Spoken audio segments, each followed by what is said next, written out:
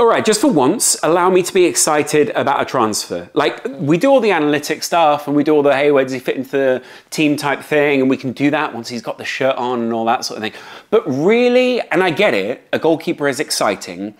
Chiesa is an exciting transfer. Signing an attacker is exciting. Signing a guy who you wonder if he might have been a little bit limited in Serie A by the way that Juve play. They always kind of slightly had the handbrake on with Allegri. I heard this from obviously the Red Men, a couple of other people saying, well, maybe he was a little bit limited in Serie A because the style of Italian football, all those kind of things. When you hear about the character, which is what Michael Edwards loves to see, which is what Richard Hughes loves to see, which is what Liverpool historically have judged players by, the way that he's recovering or trying to recover his career after what is possibly in previous years career-ending injury. You want Chiesa to be good.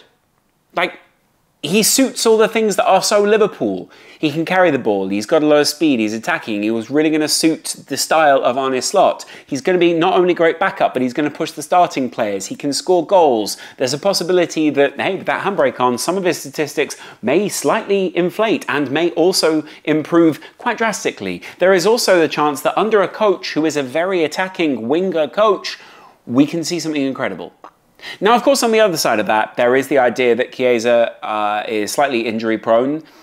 Maybe will never recover fully from what it is that he suffered a couple of years ago with a cruciate injury, and we are getting a dud. I would be disappointed if it was that, not only for him, but for us as well. We've had a couple of guys in recent years where it just hasn't really worked out, but maybe that was also slightly down to the Klopp approach. The Klopp approach being, and in this recent interview, he said, I will approach you openly until you disappoint me. Maybe some of those players disappointed him. Maybe Artemelo came in and just wasn't the guy that they thought he was going to be. Maybe Thiago was fantastic, but ultimately there were a lot of injuries attached to him. He genuinely, fundamentally changed the team to accommodate Thiago. But now, in a brand new era, when we're looking for backup to Salah, someone to push Gakpo and Diaz on the other side, and someone who we can bring in as a slight variation to someone like Jota or a Nunez or someone like that, especially with a lot of South Americans rumouring that Nunez possibly wants to get out of the Liverpool situation, which maybe you can kind of understand why, considering that he is potentially one of the best strikers in the world, would probably see himself as a starter anywhere else in Europe, and also is a young guy with a huge ego that wants to be fulfilled in a very good way. Yeah, Chiesa makes sense. And even though it's not Anthony Gordon, and we may still get Anthony Gordon at some point, this is a very Moneyball signing. It's a very exciting signing. All the cliches and things like that, I fulfilled all of that. Contractually, you've clicked this video, I fulfilled that side. From an emotional standpoint, from the story that I read about him, people love his character. He's very well liked within the Italy squad. He's very well liked around Juventus, apart from by the higher ups who he basically had the falling out with, or has, you know, tried to change style and they just don't like it. And also, Juve seems to take against injured players quite a lot. It makes you wonder what that Juventus Medical Institute actually does. Does it not? Anyway, point being, he's now on the outs, and Liverpool are bringing him in, and it is apparently a very real deal. Fabrizio Romano said something along the lines of Liverpool are now in negotiations very directly with Juventus, and Chiesa very much is on a deal. Then it was backed up by Ornstein. Joyce has been all over it as well. There are multiple outlets now reporting it in Italy and in the UK. A lot of excitement surrounding this guy. Numbers-wise, obviously, Mo Salah is number 11. Chiesa will be certainly an interesting addition. I wonder what number he would take within the squad. Liverpool do have some weird numbers in that team still available. Let me know in the comments below what number you think he takes. Half of signing a new player is getting a great number for them and then putting it on the back of a shirt. I also think he looked great in this season's kit. I also kind of like that he's the first outfield player that Slot signs. I like the idea that this has been run by Slot and that Slot himself would run with it. I like that despite the fact that this summer Liverpool have been linked with so many big names, Edwards and Hughes and all that team go, let's go for Chiesa. Mainly because at the start of the summer I kind of said, actually I did say on this channel, I would actually quite like Chiesa. I think he'd be a good signing. And part of the reason it was dismissed on multiple shows that I was on was people just went, oh, well, there's no space for him in the team. It's kind of nice sometimes when you feel like you judge things right. And at the same time, I'm worried that an Italian that comes in will not fulfill all of our dreams because, well, I actually think Aquilani was all right for a little while, but Aquilani in the long run didn't really fulfill what we needed. Artemelo coming from Juve, obviously not an actual Brazilian, but coming from, not an actual Italian, but coming from Serie A. Serie A just does it seem to translate well. Mario Balotelli, Dossena, as I said the other day. Just the more you think about it, the more it makes sense. But the more that you think about it, the more you think there are some risks to this. But it's just that if it's an injury thing, that's what a medical is for. Liverpool are not going to sign a guy who medically is not going to be able to make it through games. Even though in the recent past we have signed some other people who maybe medically would struggle to have made it through games. But that was in a different era. This is a different era now. Do you know what I'm saying? All I'm saying is, to see him holding a shirt, to see an official sign. I know Mamardashvili was the first official signing of the Slot era, but the first outfield official signing, there's something quite special about that. And Chiesa, in his own right, and I know this is weird, is a superstar. I know that there are, as I said yesterday, there's a Shaqiri feeling to it, but there's also a Minamino feeling to it. There is this feeling that this guy's bringing some, you know, some Italian to the squad, and that's going to be very welcome. Not only that, but he speaks pretty brilliant English when you look at him in any of his interviews, so I don't think he's going to struggle in that capacity, as do most modern footballers anyway. The wider point also being, Liverpool were looking for value in the market, and we didn't find value in the market in the places that we wanted it. So what we did was we went out there in a pragmatic way, and we're not going to overspend in certain positions. We're not going to go out there and spend 80 million on a player unless we think it is a viable prospect in the very long term that the 80 million will be rewarded, returned, or sold on. In the same way as with Chiesa, we could have a relatively risk-free transfer in the sense that if you sign him, you have a really good outcome, you have a middle outcome and you're still a decent player, or you have a bad outcome and you still sell him on in a couple of years, probably not at a loss because he's still a very high-quality player. The fact that he hasn't gone anywhere else in Italy does worry me a little bit, but I also think a lot of other clubs will probably have looked at him, or he will have looked at a lot of other clubs and said, well, where is it that I want to land here? Barcelona is one of the top of the top. Liverpool is one of the top of the top. Giving Arne Slot these options out on the wing just makes sense. He rides those wingers into the ground. Diaz often gets subbed off. We should expect to see Mo Salah subbed off in the very near future. Cody Gakpo will be getting more game time. Darwin Núñez will be getting more game time. Jota will be rotated out wide. I think after the weekend when I saw Harvey Elliott and him playing in that position, it wasn't that I wasn't convinced, it's just that I think it's a different approach to someone like a Chiesa, and I want to see Harvey Elliott on the inside.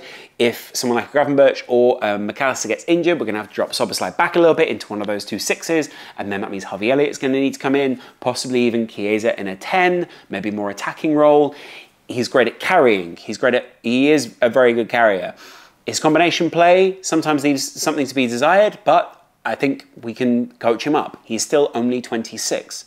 I think he's certainly one of those carrying players rather than like pass and then move players. I think he's really good in the build-up play, really great in his counter-attack play. He is a very high player already in terms of Champions League stats, Champions League mentality, Champions League approach. Other players within the squad are going to look at him and go, that's actually a really good, smart signing. He seems like a really great personality. And I get it, like there was that interview the other day with Carragher where Carragher said, oh, we knew that it was the end for Torres because we saw him and he was never going to come back from that injury. Liverpool will have done their homework on the personality of the man that they're about to sign. Richard Hughes, Michael Edwards, the rest of that team are absolute mentality monsters when it comes to homework on their players that they want to sign, right? They're not just looking at the stat sheet and going, this guy's a stat guy. They're looking at it and going, what personality are we bringing into the team? Does he gel well with the rest of the squad? As James Milner said a couple of years ago, no. Do you know what I mean? That's the whole point about this transfer. And forgive me for a second for being a little bit happy that we signed someone. Forgive me just for a moment for going, you know what, we didn't maybe have the summer we expected where we got Zubimendi and we got a new centre-back and we would have got a left-back and we would have got all these guys who we thought could have been backups and maybe we would have got some slight upgrades. But going into the summer, were we really expecting exactly that? I don't think so.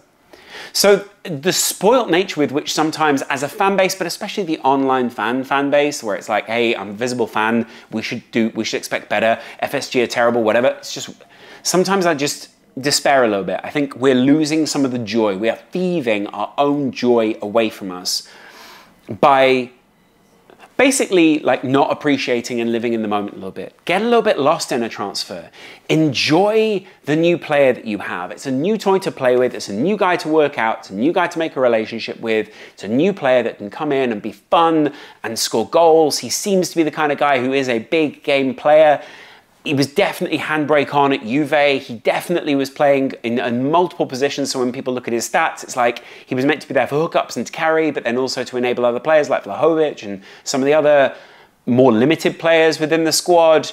He was definitely someone who was a massive figure under Max Allegri, and that is a massive endorsement. The fact that he is Italian and taking a risk going elsewhere says something about the character to me. I just think overall there is a...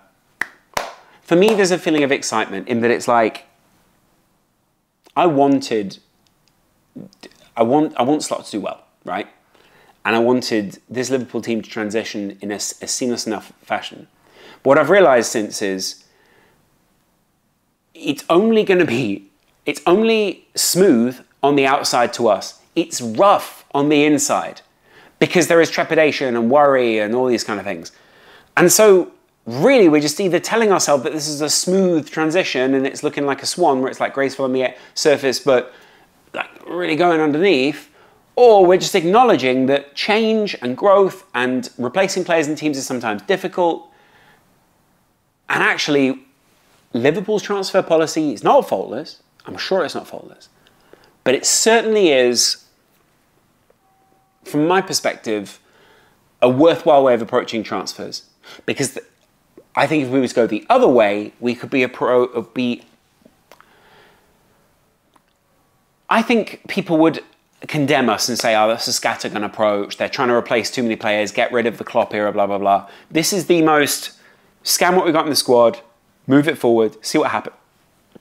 See what happens. Use the coach that we employ because he is a coach and enjoy the football that we play. I just want to enjoy a transfer. And for once, I don't want it to be RFSG spending enough money, all these kind of things. It's 15 million euros. It's not like, because we go and get someone on a bargain, on the cheap, as some people would say, doesn't mean it's a bad transfer.